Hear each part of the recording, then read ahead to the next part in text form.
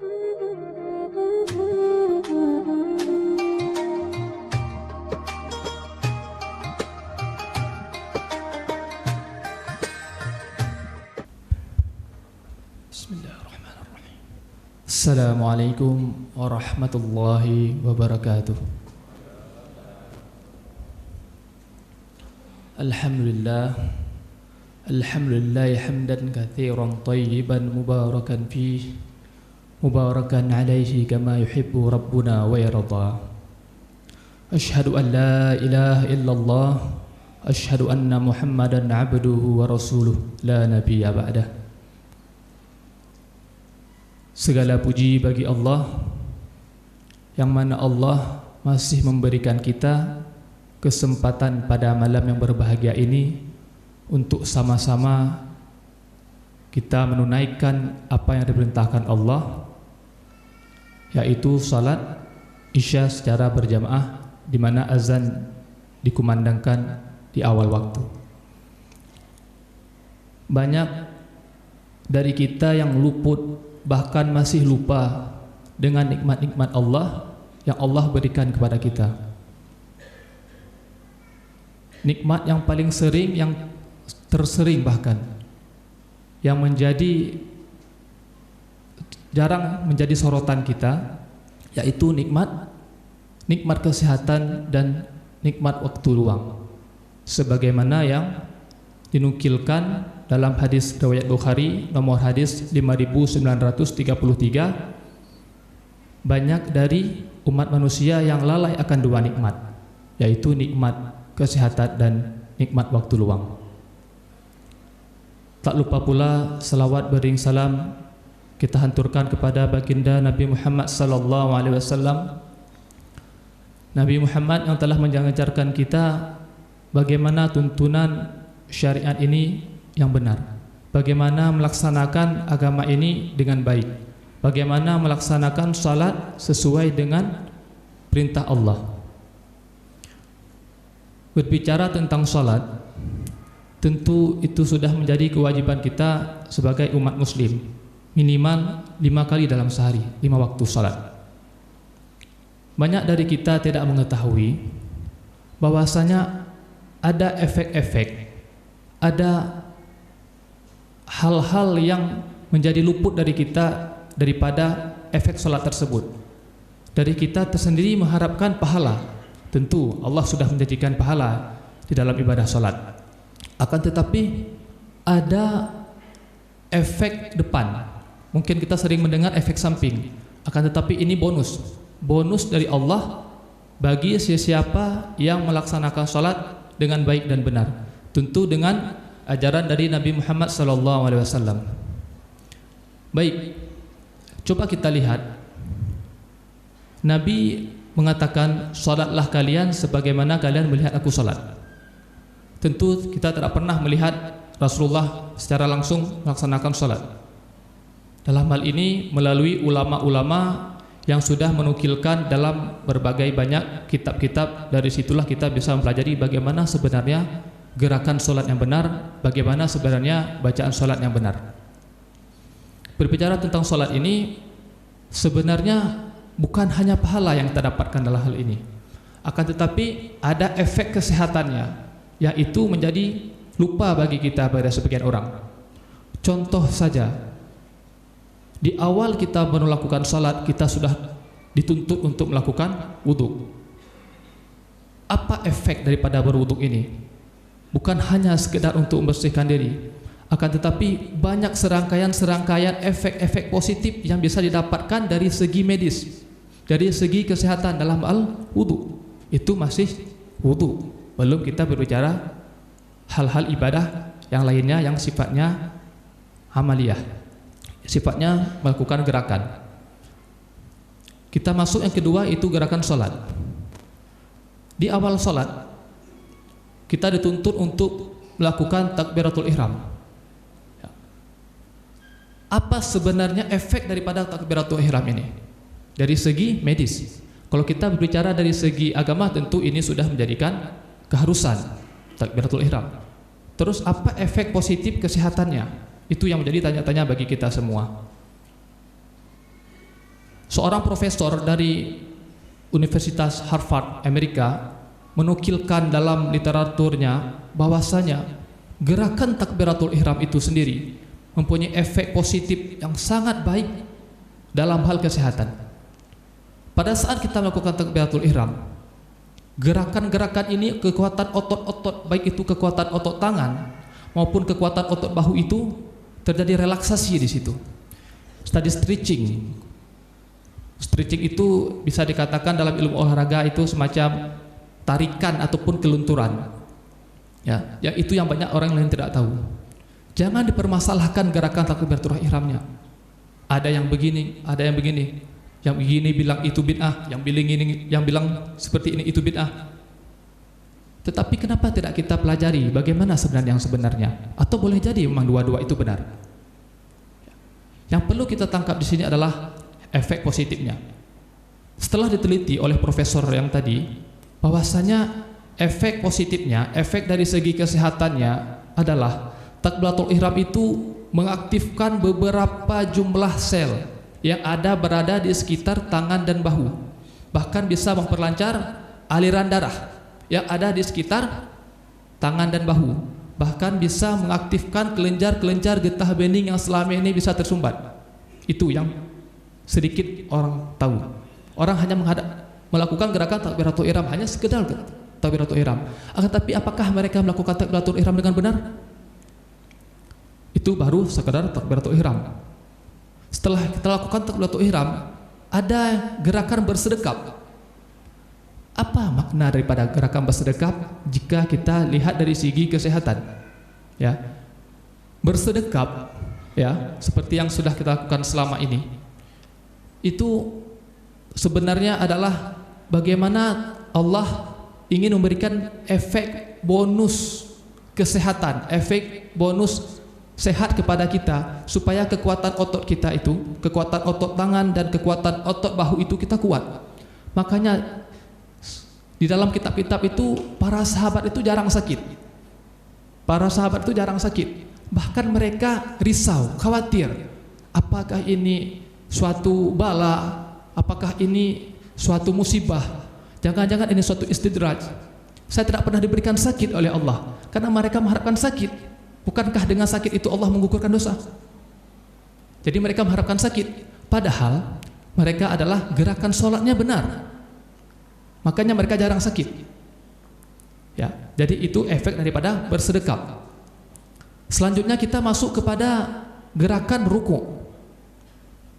Jadi gerakan ruku' ini banyak yang masih terjadi kesalahan. Ya, kalau kita melihat dari segi fikih salat. Bagaimana jika kita tinjau dari segi ilmu medis dan kesehatan? Pada saat kita ruku', kita dituntut untuk melakukan gerakan yang sempurna, gerakan di mana gerakan punggung itu sejajar. Ya. Di mana kalau kita ibaratkan kita letakkan suatu gelas yang berisi air, maka gelas itu tidak jatuh. Begitulah simetrisnya, lurusnya gerakan punggung kita. Apa hubungannya dengan jantung? Pada saat kita melakukan gerakan ruku', denyut jantung meningkat sekitar lebih kurang 7 kali per menit. Yang mungkin normalnya pada saat kita berdiri 60 sampai 70 kali per menit, maka pada saat kita ruku' bisa terjadi peningkatan sebanyak lebih daripada 70 kali. Mungkin bahkan bisa sampai 80 kali. Emangnya kenapa kalau misalnya terjadi peningkatan jantung? Mungkin itu yang ditanya-tanya bagi kita. Jantung memompa darah. Di dalam darah itu kaya akan oksigen. Ketika otak kekurangan oksigen, maka kita akan terjadi lemas.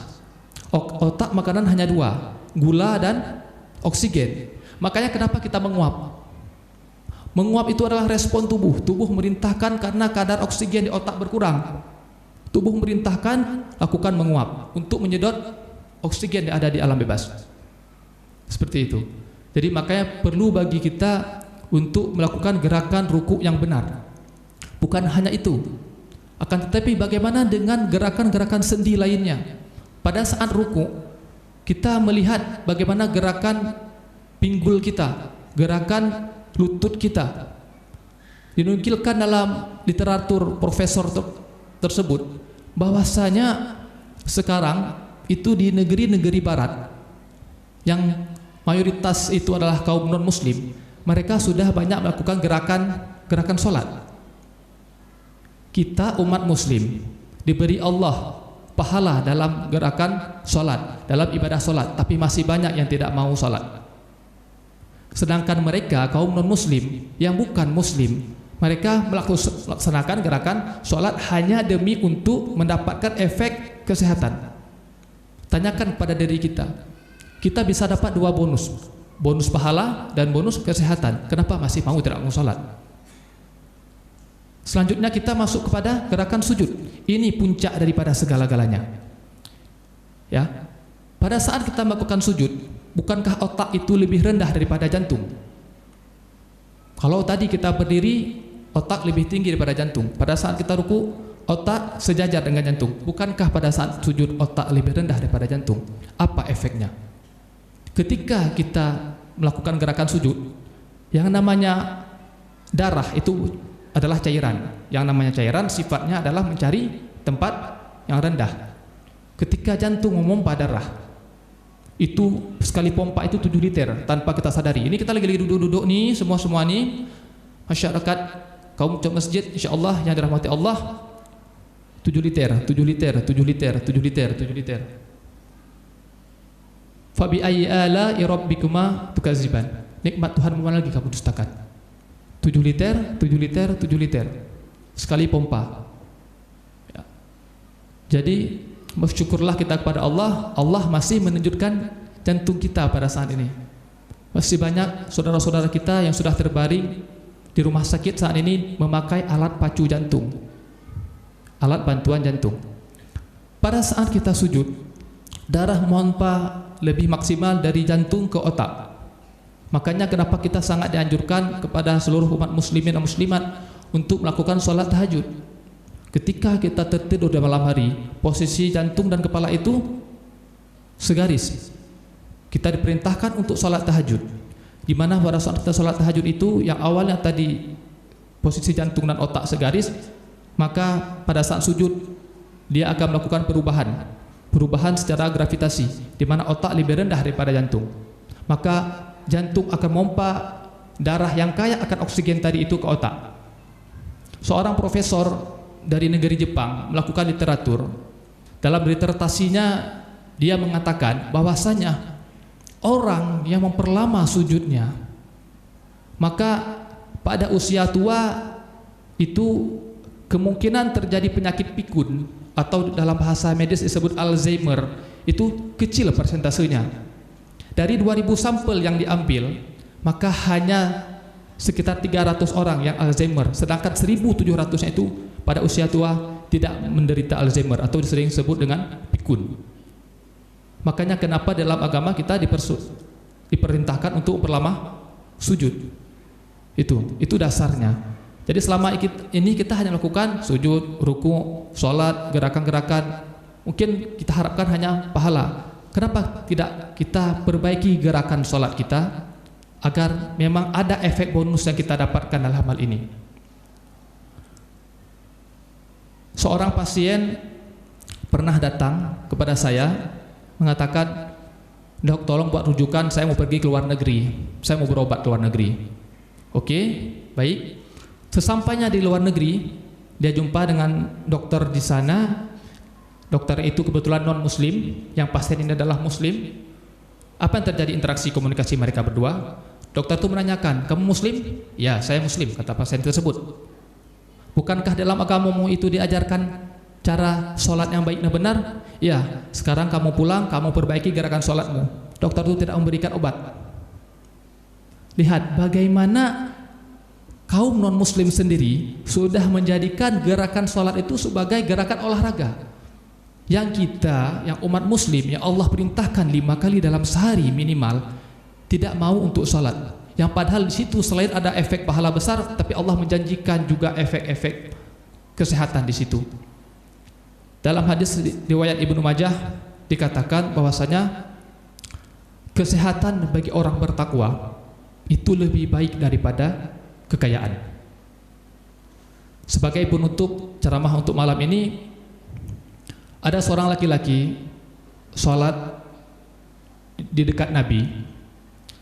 Lantas setelah selesai dia melakukan sholat, Rasul menghampirinya, mengatakan, kamu sholat lagi, kamu belum sholat.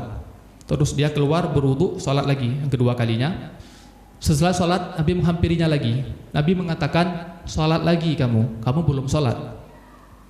Terus dia keluar wudu lagi, sholat lagi yang ketiga kalinya.